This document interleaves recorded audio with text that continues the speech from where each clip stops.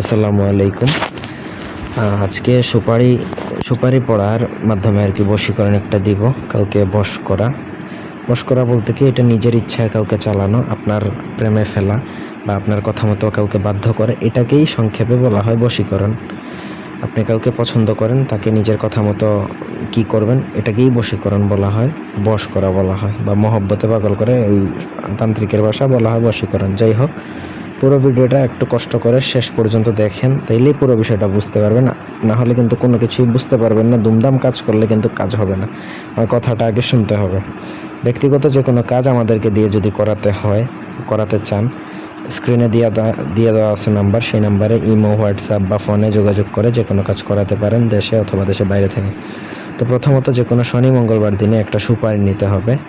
তারপর সেই সুপারি হাতে নিয়ে নিচে যে মন্ত্রটা দেওয়া আছে 21 বার পরে 21টা ফু দিতে হবে। এই মন্ত্রটা সিদ্ধ করতে হবে। সিদ্ধ করার জন্য আপনার গুরু বা যার কাছ থেকে আপনি মন্ত্রটা শিখতেছেন, মানে এখানে আমাকে গুরু চাণ্ডালি প্রদান করে এই মন্ত্রটা শ্মশানে যেয়ে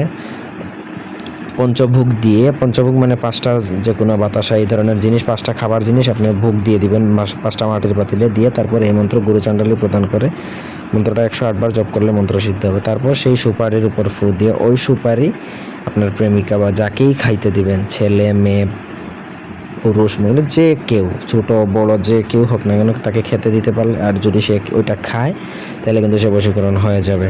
কারণ সুপারি বড়া বশীকরণ মূলত সে পানের সাথেই খেতে হবে। এটা মনে করেন অন্য কোনো খাবারের সাথে মিশিয়ে খাওয়ালে কাজ হবে না, এটা পানের সাথেই খেতে হবে।